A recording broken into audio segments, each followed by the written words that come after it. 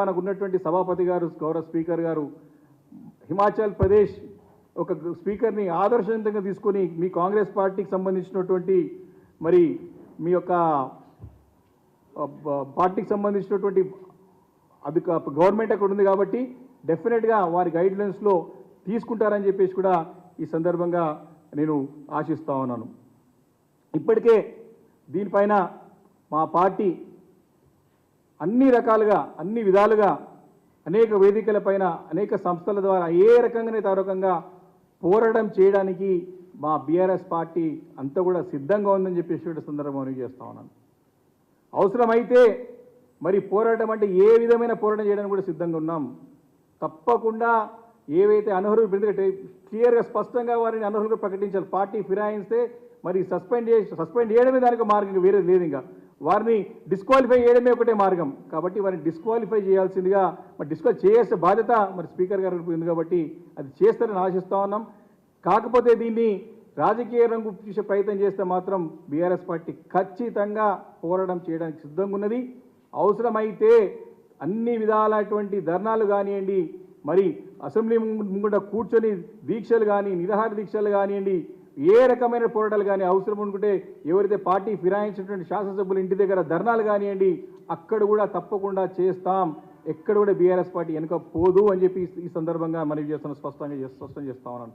ఒకనొక సందర్భంలో మనం చూసినాం, మనకి అప్పుడున్నటువంటి పిసిసి అధ్యక్షుడు ఇప్పటి ముఖ్యమంత్రి రేవంత్ రెడ్డి గారు పార్టీ ఫిరాయించిన వారి గురించి ఏం చెప్పినారో వారి మాటల ద్వారా విందాం. దీని ద్వారానైనా మరి పార్టీ ఫిరాయించినట్టు ఎమ్మెల్యేకి జ్ఞానోదయం అవుతుందేమని చెప్పేసి ఈ సందర్భంగా ఆశిస్తా ఉన్నాను. వారి మాటలు వారి యొక్క వీడియో ద్వారానే వారి యొక్క ఆడియో వీడియో ద్వారా విందాం. ఏమన్నారో పార్టీ ఫిరాయించిన వ్యక్తులను ఏం చేయాలో చెప్పి ఒక్కసారి మనం విందాం. ఒక్కసారి మీ ద్వారా ఈ యొక్క మీడియా ద్వారా ప్రజలందరూ కూడా తెలియాల్సిన అవసరం ఉన్నది. అధికారం రాకముందు రేవంత్ రెడ్డి గారు ఏ రకంగా మాట్లాడినారు, అధికారం వచ్చిన తర్వాత వారి యొక్క ధోరణిలో వారి యొక్క వైఖరిలో ఏ రకమైన మార్పు వచ్చిందో ఒక్కసారి ప్రజలు అర్థం చేసుకుంటారు. కాబట్టి ఈ వీడియోని చూపెట్టదలుచుకున్న ఒక్క నిమిషం. రాజీనామా చేయకుండా పార్టీ ఫిరాయించిన వాళ్ళను రాళ్లల్లో ఊర్లలోకి వస్తే రాళ్లతో కొట్టండి అని చెప్పి నేను కాంగ్రెస్ పార్టీ కార్యకర్తలకు విజ్ఞప్తి చేస్తున్నా. వాళ్ళను రాళ్లతో కొట్టించే బాధ్యత నేను తీసుకుంటా.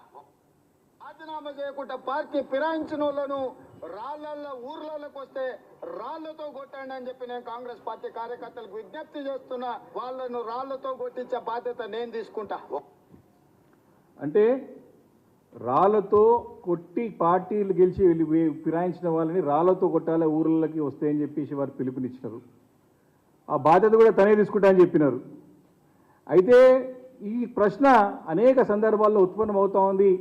చాలామంది మేధావి వర్గం కానివ్వండి, చాలామంది పత్రికల ద్వారా కానివ్వండి, రాళ్లతో కొట్టాల్సింది పార్టీ ఫిరాయించినటువంటి ఎమ్మెల్యేలనా లేకే పార్టీని ఫిరాయింపులు చేస్తున్న ప్రోత్సహిస్తున్నటువంటి ముఖ్యమంత్రి గారినా? దీనికి సమాధానం చెప్పాల్సినటువంటి సమయం ఆసన్నమైంది. దీన్ని సమాధానం కోసం ప్రజలు వెయిట్ చేస్తూ ఉన్నారు. వారన్న మాటలే వారు ప్రత్యక్షంగా వారే అన్నారు. వారు ఇంత పెద్ద మాట తప్పి ఈరోజు మళ్ళీ కూడా మళ్ళీ అప్రజాస్వామిక పద్ధతిలో ఇవన్నీ కూడా ప్రోత్సహిస్తూ మరి ముందుకు వెళ్తున్న సంగతి గుర్తు చేస్తూ ఉన్నాను. కాబట్టి డెఫినెట్గా దీనిపైన ప్రజలు సమాధానం వెయిట్ చేస్తూ ఉన్నారు. మేము మా పార్టీ తరఫున పోరాటం చేయడానికి సిద్ధంగా ఉన్నాం. అంతేకాదు ఇంత స్థాయికి దిగిపోయింది కాంగ్రెస్ పార్టీ అంటే మొన్న 6వ తారీఖున ఏప్రిల్ 6వ తారీఖున తుక్కుగూడ సభలో మరి అక్కడ జాతీయ స్థాయిలో కాంగ్రెస్ పార్టీ యొక్క మేనిఫెస్టో వారు రిలీజ్ చేసినారు.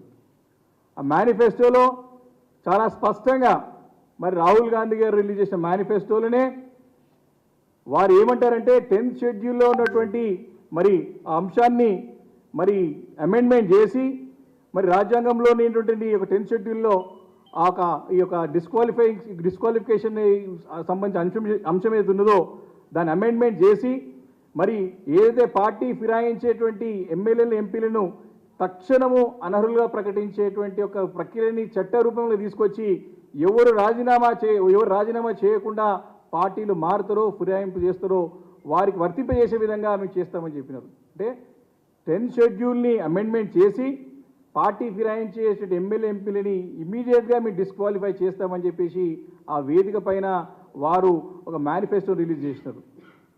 ఆ వేదిక పైన ఎంత ఆశ్చర్యకరమైనటువంటి విషయం ఏంటంటే ఆ వేదిక పైనే పార్టీ ఫిరాయించిన 3 ఎమ్మెల్యేలు కూర్చున్నారు అక్కడ. నాగేంద్ర గారు ఎక్కడ ఉన్నారు, కడియం సిఆర్ గారు, ఇటు వెంకట్రావు గారు. అయితే ఆ చదువుతా ఉంటే స్పీచ్ ఇస్తే ఫ్రేమ్లో ఉన్నాడు వెంకట్రావు గారు. అయితే ఆ మీటింగ్ అంతా చర్చలో కానీ రాహుల్ గాంధీ మాట వినలేరు, అక్కడ ముఖ్యమంత్రి మాట వినలేదు. అందరూ కూడా అక్కడ వెంకట్రావు గురించి డిస్కస్ చేసుకుంటా ఉన్నారు. అంటే వారి మేనిఫెస్టో అంటే వారికి వారే కాంట్రడిక్ట్ అవుతా ఉన్నారు. అంటే ఈ రకంగా అంటే జాతీయ స్థాయి నాయకత్వం కూడా దిగజారే విధంగా మరి ఇప్పుడున్న రాష్ట్ర నాయకత్వం వారిని పక్కదారి పక్కదో పట్టిస్తూ జాతీయ స్థాయిలో కాంగ్రెస్ పార్టీని బలహీనం చేస్తూ అపహాసం చేస్తూ విలువ లేకుండా చేస్తున్నది మరి ఇక్కడ రాష్ట్ర కాంగ్రెస్ పార్టీ అని చెప్పి సందర్భంగా మనం చేస్తూ ఉన్నాను.